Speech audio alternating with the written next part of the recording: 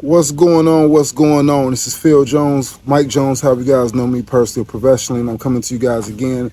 As always, just want to have a little conversation with y'all, a little touch base. Been a minute since I done dropped a real video on here. Me and my brother have been very busy, and we will be tuning in with you guys as soon as humanly possible. But in the meantime, just wanted to go ahead and give you guys some of my updated views on a couple of these things that are happening in the world stage. So, Biden drops out of the race. Kamala Harris gets endorsed, and like always, they're throwing all the mudslinging that they possibly can at Kamala Harris to make sure that we know about her sexual exploits and how they feel that she earned her spot through illicit activities. I'm not going to get too specific, but regardless of anybody's scandal or anybody's thoughts about what situations are, and we all know Donald Trump. He makes himself very transparent, very easy to understand that he is who he is, and that's who he's going to be. The one thing that I think that's most important is that, and I'm speaking to people from a perspective, okay? You don't have to agree with my perspective, and you don't have to see it from my point of view, but I'm going to just try something. Hopefully this resonates with somebody. So first and foremost, the big issue is that there's two groups of people mainly. Some that vote from how they feel and others that vote from their wallet. Sometimes those things interchange, but for the most part, that's how I've known politics to be. The problem that happens is that I think that we put too much stake on politicians. We put too much stake in ideology and idealism and what this person says they stand for, because historically what a person says to get themselves elected and what they actually do seem to never coincide with each other. I'm not going to get too specific on history, but if you just look at the last maybe 5-10 presidents, and you look at what they said they would do when they got in office and what they actually did when they got there, very few of them have actually completed the objectives. But again, you can dice that up how you choose. The real of it is that there are certain communities that were not affected by the housing crisis of 2008. There are certain people who are not affected by COVID. There are certain people that were not affected by a lot of the things that happen in the world, war, whatever the situation may be. And that's generally because as a community, they oftentimes have their affairs in orders. One of the biggest issues that I see current day is that your vote only matters if your affairs are in order. And the reason why I say that is because of the fact that if I'm voting based off my interest. So what are my interests? So if I'm a business owner, my interests are a little bit different than those of somebody who is a 9-to-5 employee. If I am in the medical profession, then my interests may be a little bit different than the patient. Depending on what side of the spectrum that you sit on, there are certain interests that you have that you expect for your politicians to be able to take care of. We all know about the legislation as far as abortions and other things like that. And some states are more liberal on those things, and some people are, and we're not doing that here, no matter what the circumstances. And that's generally a reflection of what the majority of people want, because that's what the elected officials put into play. So in a place like Alabama, they represent a group of people who, the majority of them, or the overwhelming majority of people who keep those politicians in office, they're representing the interests of that group of people. So when you have like-minded interests, you can move mountains that you can't move as individuals. So if you're around here being one of those people that says, oh, my vote don't matter, my vote don't matter, of course it doesn't matter, because of the fact that a block, a percentage, a group will always make more waves than an individual. So let's try this on for size. Let's just use this mythical black community concept that we have. All black people are not the same. We're not a monolith. There's some of us that are very well educated. There are some of us that are well-to-do. There are some of us that come from generational wealth. There are some of us that are impoverished. There are some of us that have rose from poverty and put ourselves in better situations.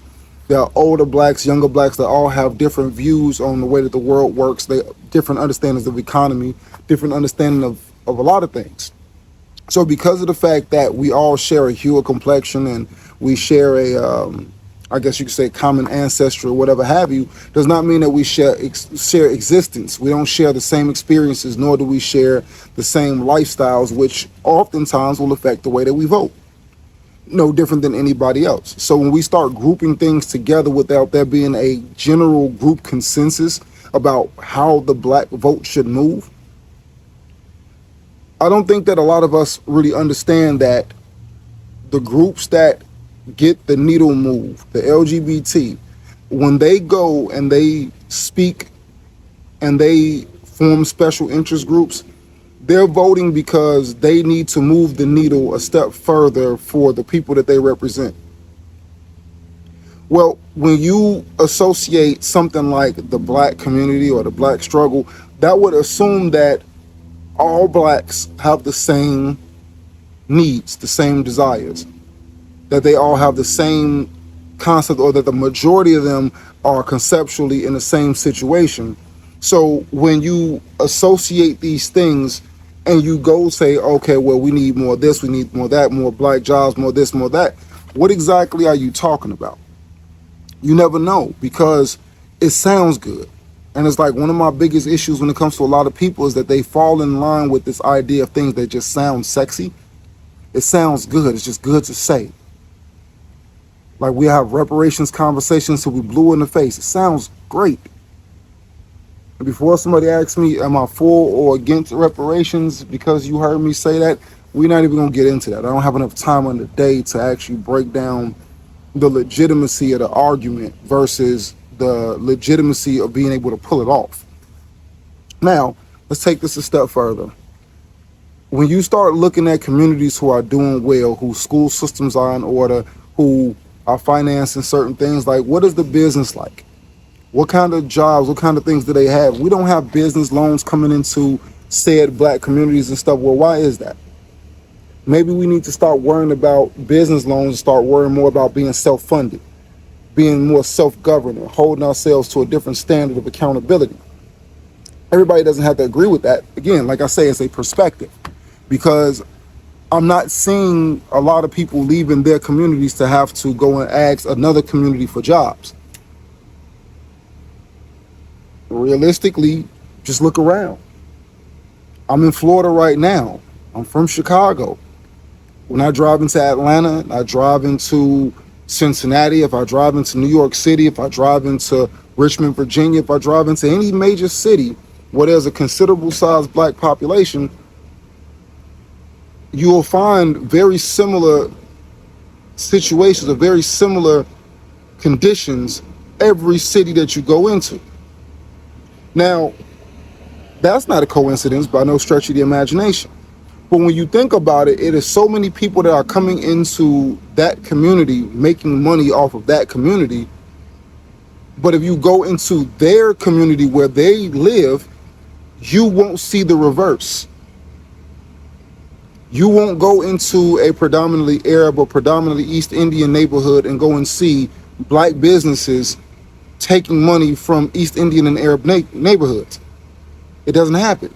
You will see Asian shops or, Korean hair stores or whatever have you that will be in this area, but you won't see the reverse. There won't be black hair shops in a Korean neighborhood.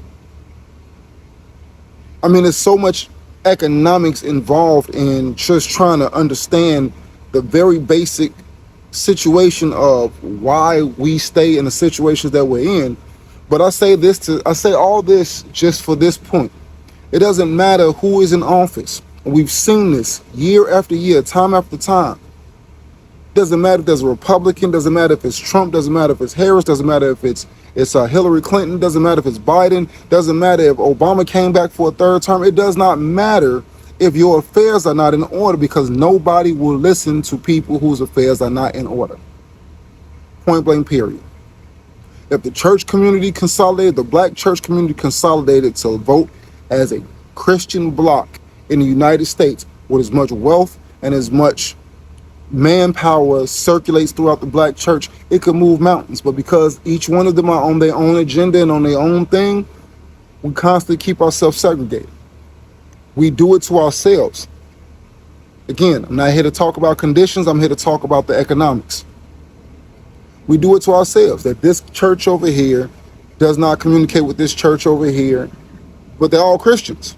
But they don't vote as Christians, they don't think as Christians, they don't operate as Christians, they operate as members of that church.